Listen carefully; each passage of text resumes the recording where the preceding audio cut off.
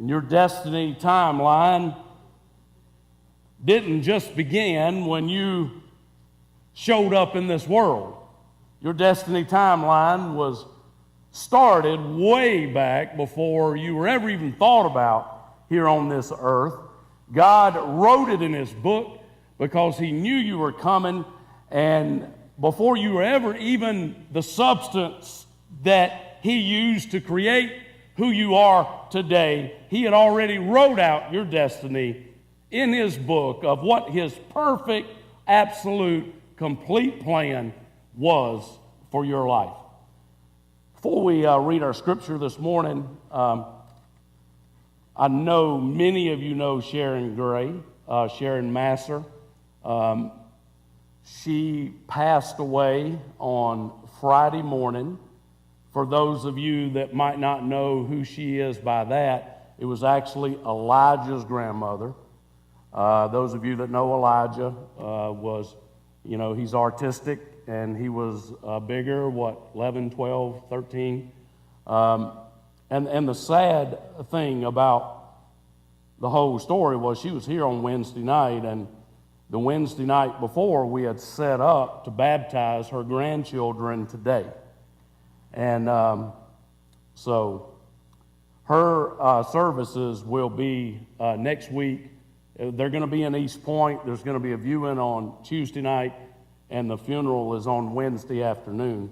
We'll put it on Facebook on the website, so if you want to stop by, we would ask you to do that, but just remember her entire family in prayer. Psalms 139, beginning in verse number 13, "For you formed my inward parts, you wove me in my mother's womb.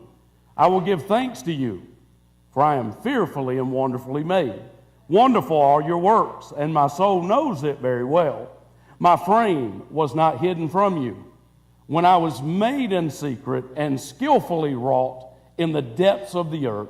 Your eyes have seen my unformed substance, and in your book were written all the days that were contained for me, when as yet there was none of them." Now get this. God, before He ever took the substance that created you into the person that you are, had already wrote out your destiny and put it in His book way back then. And that's how precious we are to God. That's how infinite sovereign He really is. He's God. He's in control. He knows everything about everything about you, every detail about your life, and He's got it all written in His book. And I don't know about you this morning, but I think all of us want to fulfill our destiny. Our destiny is what we were placed here on this earth for. But fulfilling your destiny is not always the easiest thing to do. We want it. We want to know our life's purpose. We want to know all the details of what God has for our lives, because we want to be able to go towards that, towards everything that God has mapped out there for us, and we want to be a part of that journey because we know that's where life is. But it's not always easy to do. It's not always easy for you and me, being the created beings that we are, who have been given choice, the ability to choose whether or not we're going to walk in that destiny or not. To be able to have that choice, a lot of times we don't make it. So a lot of times we wind up flipping and flopping and making a mess out of it, and we're not progressing towards the destiny that we were created for, that we were designed for, that we were wired for, that we were prepared for. You were made for this destiny. You were gifted for this destiny. It's unique to you. It's unique to who you are. It's unique to what God has for you and what He has called you to do. The most important thing is it is the place of blessing. It is the place of life. You'll not find life and you'll not find your blessings anywhere else. Your personal life, your family, your career, your community, the ministry that God has called you to, it's all right there in your destiny.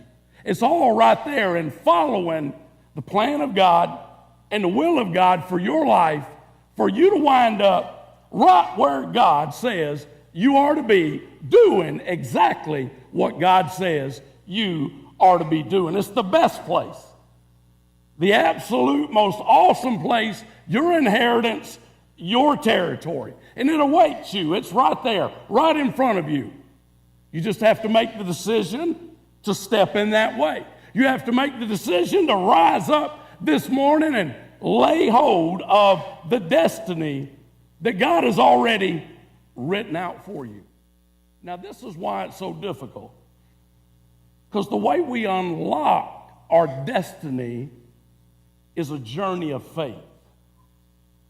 You know, it's just not as simple as, okay, if God wrote it in a book, then why don't he show me the book so that I can read what's in the book, so that I can know exactly what it is, detailed of what God has for my life? Well, he did write it in the book, but he didn't write it all directly about you in the book, but it's through this book, the journey of faith, that you know that he has designed a destiny for you. He has a path for you to take, a purpose for your life to be a part of. And the only way you unlock that is through, first of all, through relationship. But not just relationship of knowing him. There's got to be desire there. Write these 4 things down. Relationship, and then there's got to be desire there. You'll never walk a step for God if you don't desire it. If following God is not in your heart and you don't love him, you'll never desire it. So therefore, you'll never follow him. Relationship, desire, and then third of all, priorities. You got to set the agenda to go in that way. You got to make some decisions. This is what I'm going to do. This is how I'm going to live. This is how I'm going to conduct myself. So it flows right into the desires that God has for you and that you want in your life. You set the agenda for that to begin to take place. And then you got to have faith and obedience to be able to start taking those steps, making those choices that will take us to our destiny. Now, I came across this great quote last week. Let me give it to you. The first step in getting somewhere is for you to decide that you're not staying where you're at. The first step for you to get somewhere is for you to decide that you're not staying where you're at. You know you're not where you need to be. You know you're not on the right pathway. You know you're not on the destiny that God has for you. The very first step is for you to decide, I'm not staying here any longer. I'm going to align with God, and I'm going to start walking with him, and I'm going to start walking in this destiny. Because you know what? He's already got it out there for me. I've just got to walk in it. What did he tell Joshua? He told Joshua, everywhere your foot goes, what did he say? He said, I've given it to you.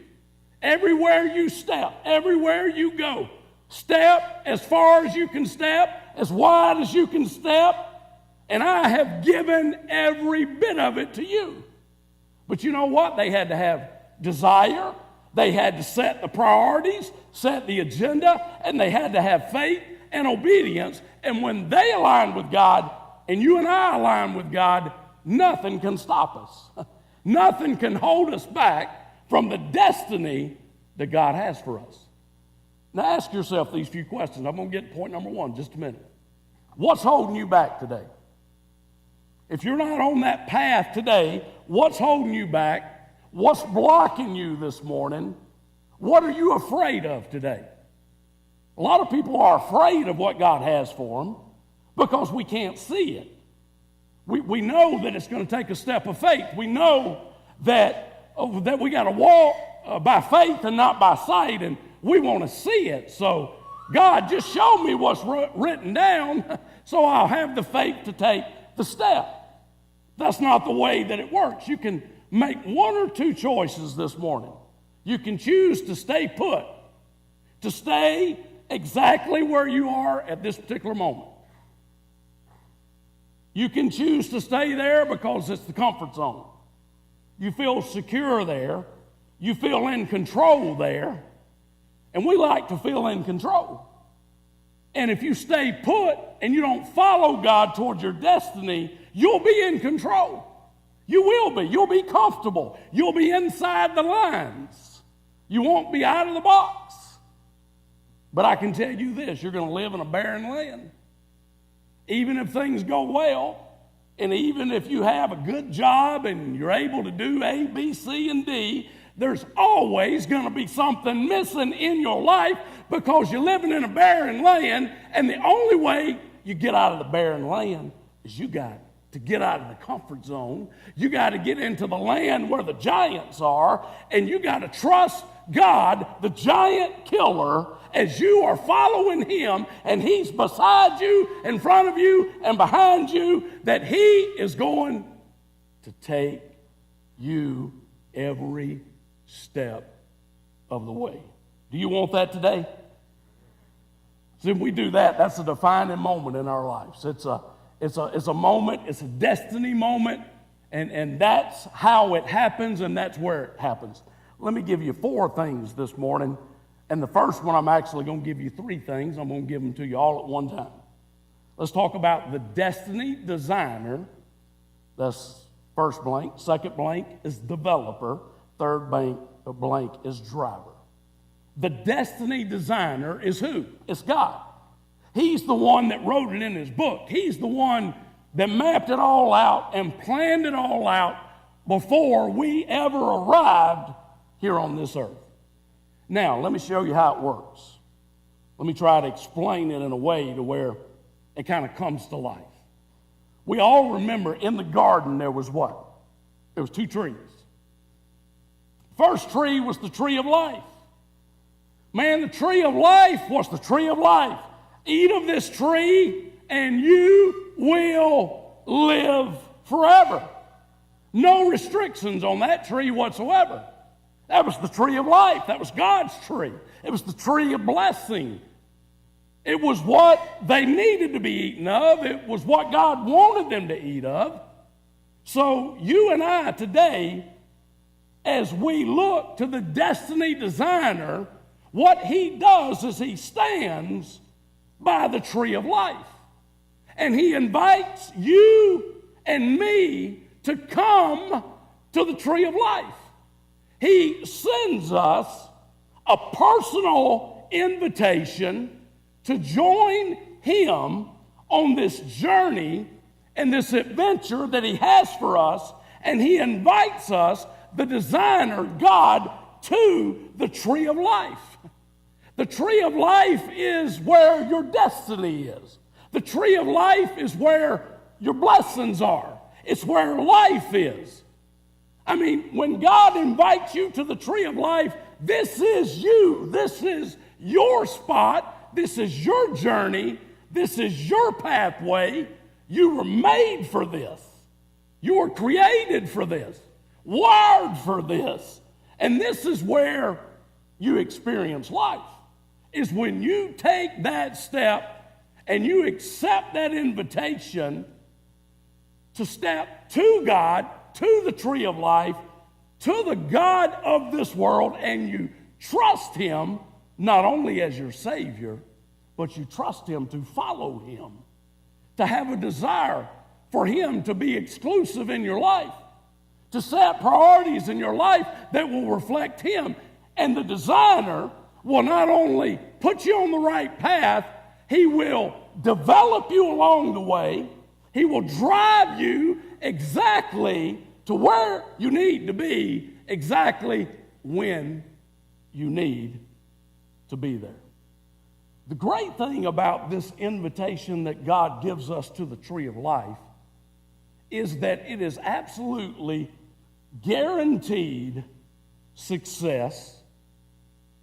It's guaranteed success in God's eyes. It's guaranteed that you will have a legacy. It is guaranteed that your legacy will live on for generations to come, that you will not be forgotten, that your life will not only touch lives in the here and now, it will touch lives for generations to come. That's a guaranteed promise.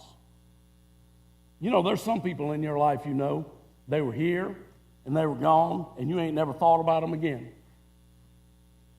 And the reason why you ain't never thought about them again, you ain't never quoted them again, you ain't never talked about them again is because what? They left no what? They left no legacy. They lived a barren life. Their life didn't touch other people's lives. They were here. They may have been a part of your life. You may have known them. You may have been close to them. But they were here and they were gone.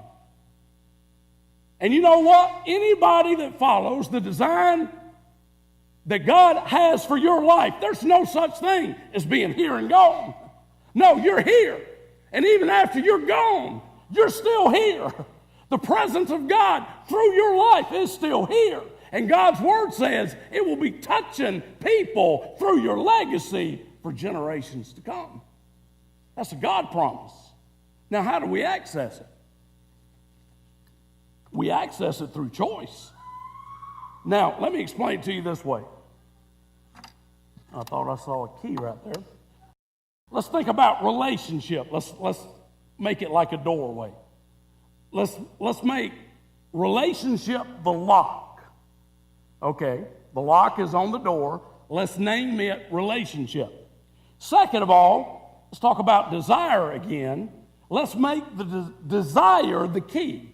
So you got the lock, which is relationship. Can't do anything without that. You got to know him.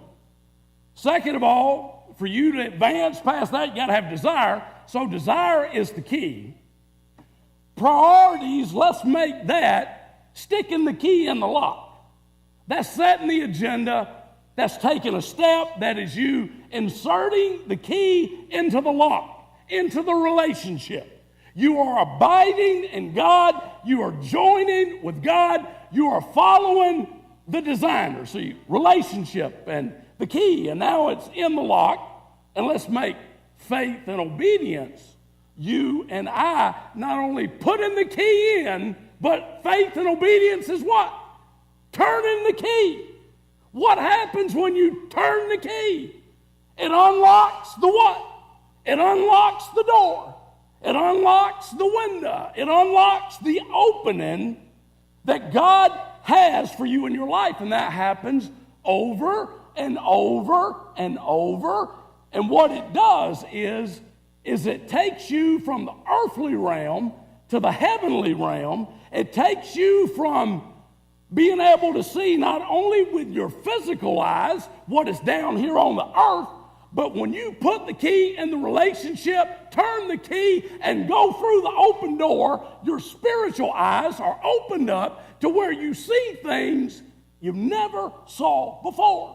You see things as it relates to your life. You see things about God, about His nature. You see the wisdom of God, what you should do, how you should do it. You see the will of God. You see the Word of God. It all comes into your life, and you're filled and surrounded with the presence of God. You're filled and surrounded with the anointing of God, and all of that happens through relationship, desire, priorities, turning the key through faith and obedience, and walking into a realm that you can bring back down to earth, where you can bring heaven to earth through your life. That's how you know you are walking in God's destiny, when your life is filled with what's in heaven becoming a part of your life down here on the earth. Y'all with me? I mean, I like anointing. I like insight. I like information. We all like to move forward because He's got a land of destiny out there for us. And He's the driver. God knows how to move you forward. Sometimes God moves you forward by keeping you in the same spot for a while because you need to learn something. He's got to develop something in you before He can drive you on and move you on to the next spot to the next destination, he's got to do something in you. He's got to plant you. He's got to get you to wait. He's got to get you to focus. He's got to do an inside work before he can take you by the hand and lead you to the next thing that he has for you out there on the agenda. So we got the destiny designer, the tree of life. God says, come to the tree of life. Come and experience the blessings of God. Second of all, number 2, we got the destiny dealer, the drug dealer, the worldly drug dealer, the deceiver, and then the destroyer. That's your 3 blanks there. You remember we had 2 trees in the garden. So we got the tree of life, then we got the tree of knowledge of good and evil. The tree of life is all about God. It's all about what God has, his design for you. It's all about the life he wants to give you, and you can't find that life any other way.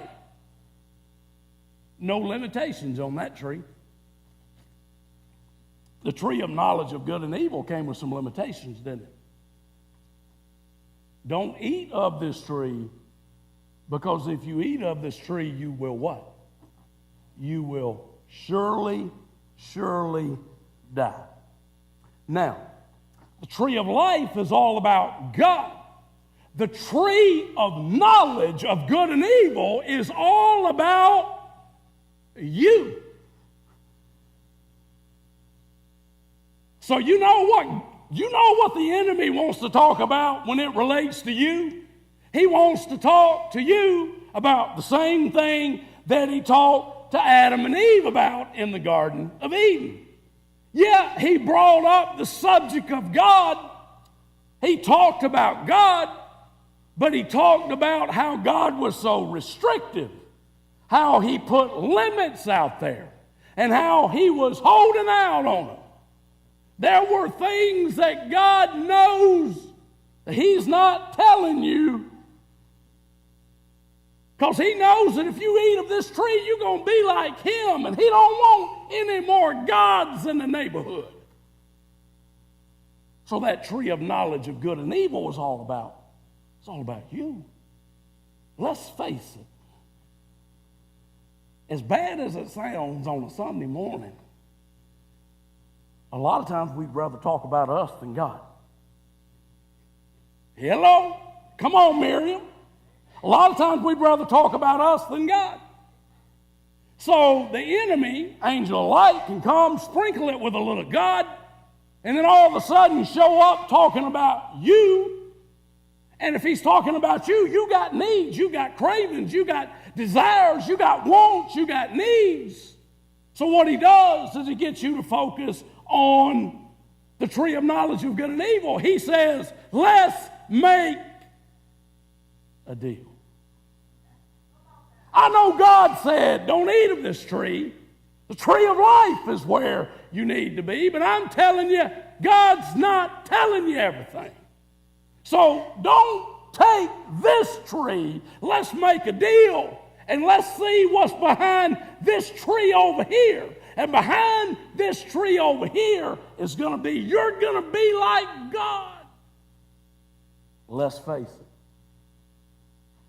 Let me tell you what the biggest struggle is for you and for me, is we want to be God.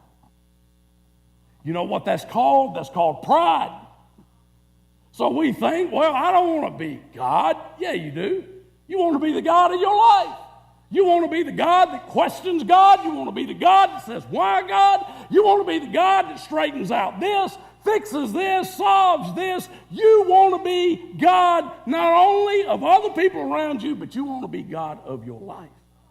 So that's the reason why it's so easy for you and me to make a deal with the enemy, because we all struggle with that big word called pride with the big I right in the middle.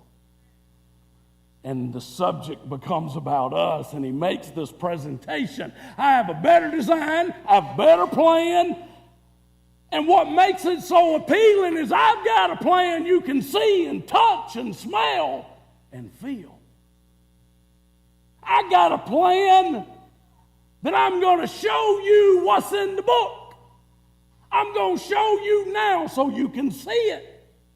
Now, I'm not going to tell you I'm deceiving you. I'm going to deceive you and get you to read something that's not true, but I'm going to show it to you in the book. Here it is. And it's going to be so attractive and so appealing because you know as well as I know we want something we can see. We want something we can touch. We want something that we can embrace with our five senses so that we can know what's coming our way and not have to wait on God through all this different relationship and desire and priorities, and just give me something that will fix me right now. Let me share this with you. The enemy, he's a liar, he's a deceiver, he's a murderer. The truth is not in him. He wants to steal your destiny. He wants to steal your identity. He wants to steal your inheritance. He wants to steal your influence. He wants to sabotage your life and your character, and he wants to destroy you.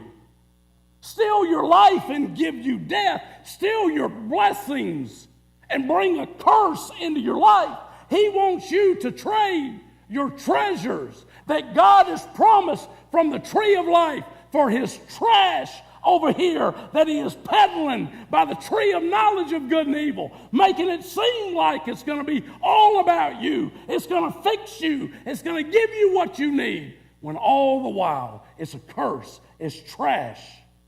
It's going to take you somewhere that's not going to be the destiny that you want. He wants to make a deal. He wants to trade the now, the moment, for the future, for your destiny. He wants to trade immediate gratification in the flesh, what is right before your very eyes, for your future and for your destiny. Now, this is where we conform to the world around us, and we're not being transformed from above because we're just living here in the world and we're not aligned with God, so we just become like everybody else that's living here in the world. We know God in name only, and there's no evidence in our lives whatsoever through what we speak and what we do and how we live that would reflect him and honor his character at all. We just look like what everybody else looks like. We talk like everybody else talks. We gossip, we slander others, we bring others down, and that's just the way we live. We live just like everybody around us. But let me tell you this. There's only one way that the enemy can steal your life. There's only one way he can steal your destiny. There's only one way he can have your family, and he can have your future, and he can have your influence, and that is if you give it to him. If you give it to him, he can have it, but he can't have it any other way. But if you give him the legal right and the legal authority and the legal access to come in your life and to take it from you, and you trade it away. You trade your blessings, you trade your promises, you trade your inheritance, and you trade your destiny, all the things that God has over here in the tree of life for his deal. Then you give him the legal right to take it from you. It's the only way he can get it. Number 3, the destiny decider. I have decided to follow Jesus. The destiny decider is you. Guess what? Every day, it's really kind of simple. We make it really hard. Every day when you get up, it's the tree of life or the tree of knowledge of good and evil. Every day you get up, you have to decide. Is it going to be God today? Is it going to be Is it going to be life today? Am I going to live over here in this realm God has for me? Or is it going to be all about me? Every day it's that choice. Every day you decide. So every day when you make choices and you make decisions and you decide, it shapes your destiny, shapes your character, and it moves your life in a certain direction. All by what? Your choices. Your destiny is absolutely, totally controlled by you when it comes to this part of it. There's going to be some other things that come in that we can't control, but this we can control. And if we can control this and funnel it towards God's design, it would cut down on a lot of chaos and confusion in our lives. You with me? You decide, you choose, you're responsible. So we got point number A, simple choices. Just simple choices, everyday choices. Am I going to live for God or am I going to live for me? Every day you got to make a choice. I'm going to fill my mind with His Word and renew my mind and try to transform myself and my thinking and my belief system through that, or am I just going to conform to what's around me? Every day we have to make a simple choice that we're going to follow God and deny ourselves and take up our cross and follow Him wherever He leads us, or we're going to go the other direction and we're going to follow ourselves to wherever we want to go and whatever we want to see happen in our lives. Not only simple choices, but second of all, there's got to be spiritual communion. The only way you can walk God's destiny is there's got to be relationship, and it's got to go deeper than just, I know this person. You got to know that person, and you got to know them intimately, and the only way you can know anybody intimately is you have to have an open life, you have to have conversation, you have to have communication, you have to share with that person your wants, your desires, your needs, you have to share with them your fears, your struggles, your difficulties, you have to share with them your anger, your frustrations, your things that just drive you over the edge. There has to be somebody that you share that with to be able to have communion with. God is that person. You might not have that with anybody down here on this earth, but if we're going to walk in God's destiny, we got to have that with God. We got to have that spiritual communion. We have to have the life that, the relationship's there. The desire's there. I got the key. I'm putting it in the lock. I'm setting my priorities and I'm turning it by faith. And that's got to be a part of your life every day. And when it's a part of your life every day, you're abiding in Him. You're abiding in His Word. You have communion with Him. You have fellowship with Him. You see things other people don't see. You're able to do things other people can't do. You're able to say things other people can't say. You're able to heal relationships that other people can't heal. Why? Because you've got communion with God. And when you've got communion with God, you have crucifixion of the flesh, and you have the Christ-like nature now being able to live freely in you and through you. Love, grace, forgiveness, mercy, all those things just start coming out.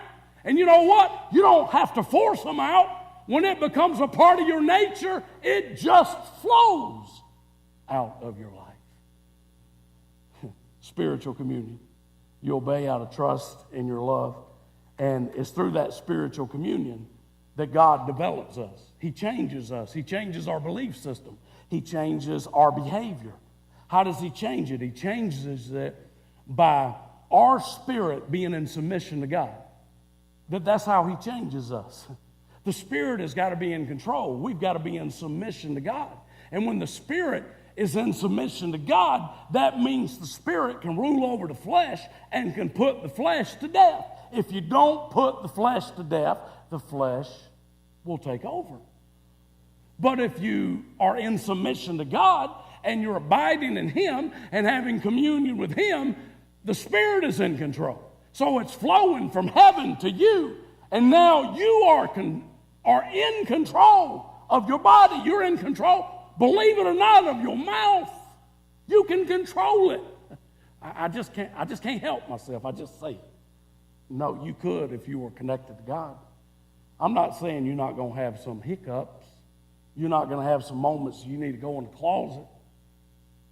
But you're going to be able to control it. You're going to be able to regulate it. You're going to be able to show a character in your life that has never been there, a transformation.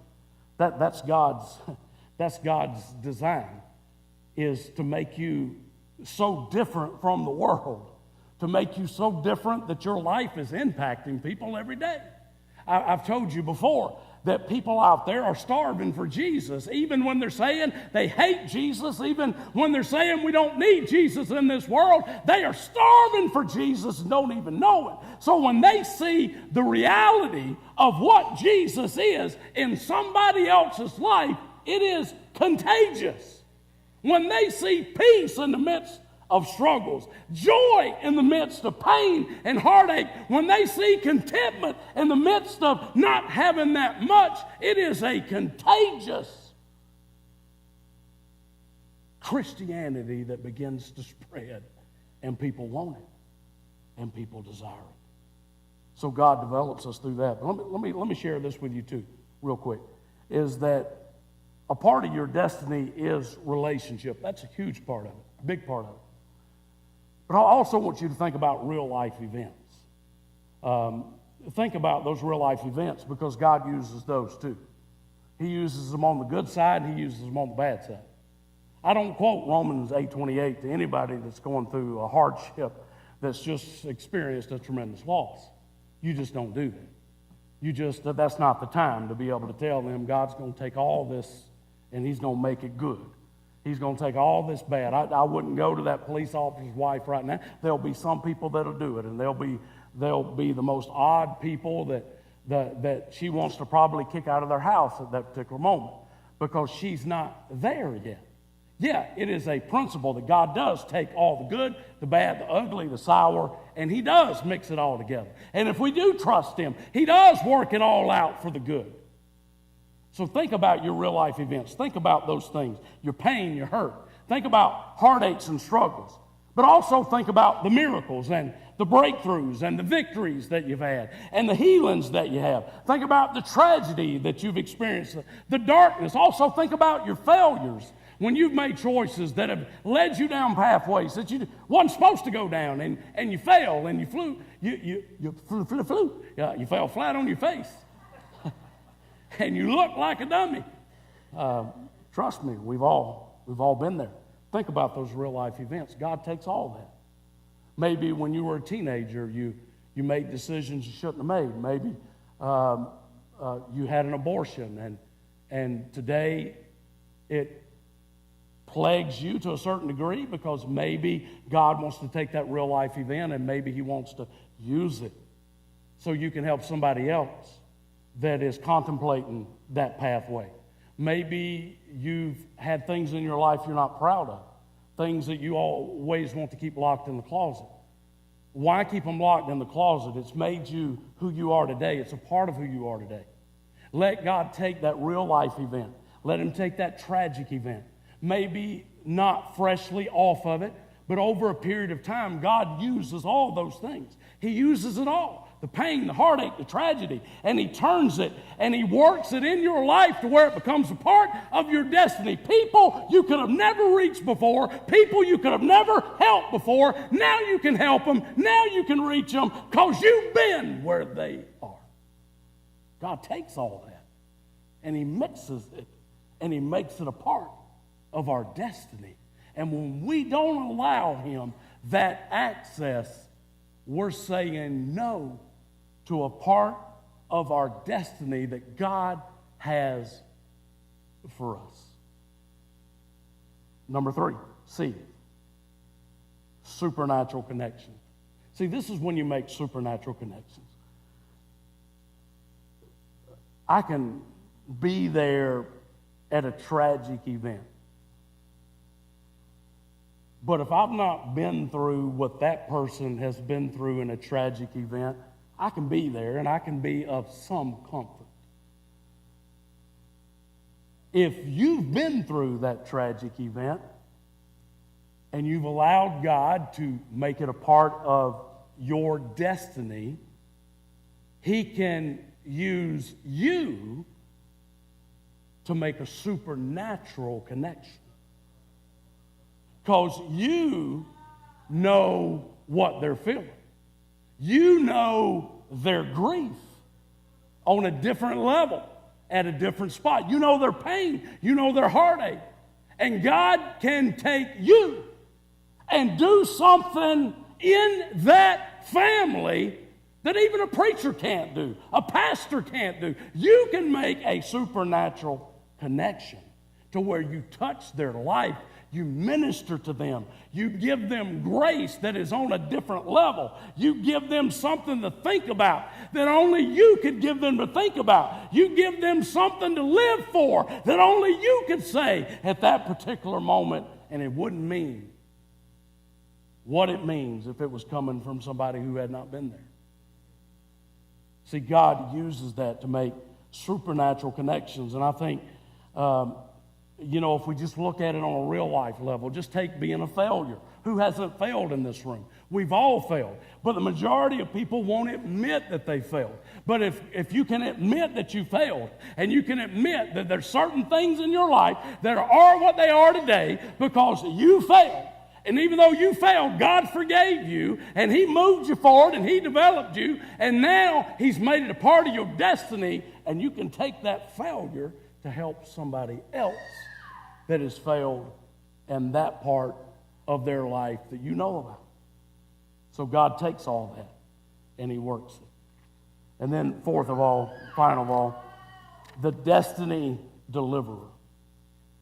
The destiny deliverer is God. That's the great thing about God, is when we decide, He delivers. When we decide, He does exactly what He says He will do. Sometimes it would be easy if we didn't have to do it by faith. But we have to do it by faith. We just have to trust God.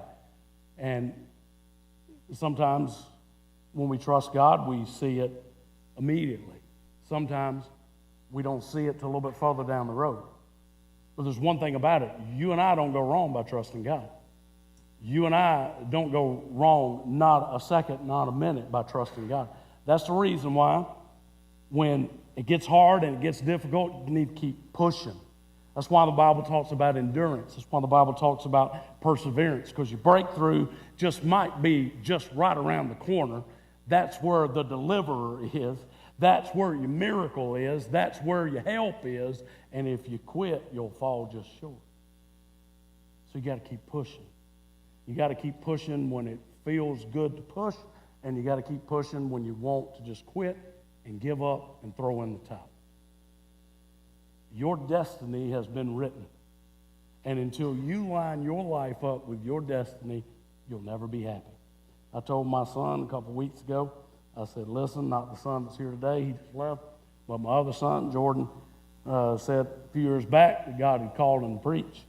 And now he says he doesn't want to be a preacher. And I said, that's not a choice we get to make, son.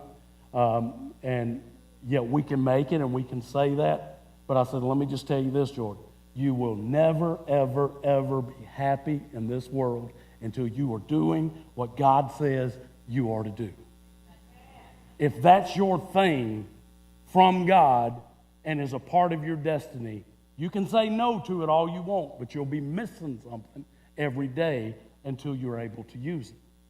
And I told him, I said, Jordan, I said, listen, I've been around. I see you're a recluse. I see you sitting inside that room and you don't talk to anybody a lot of times.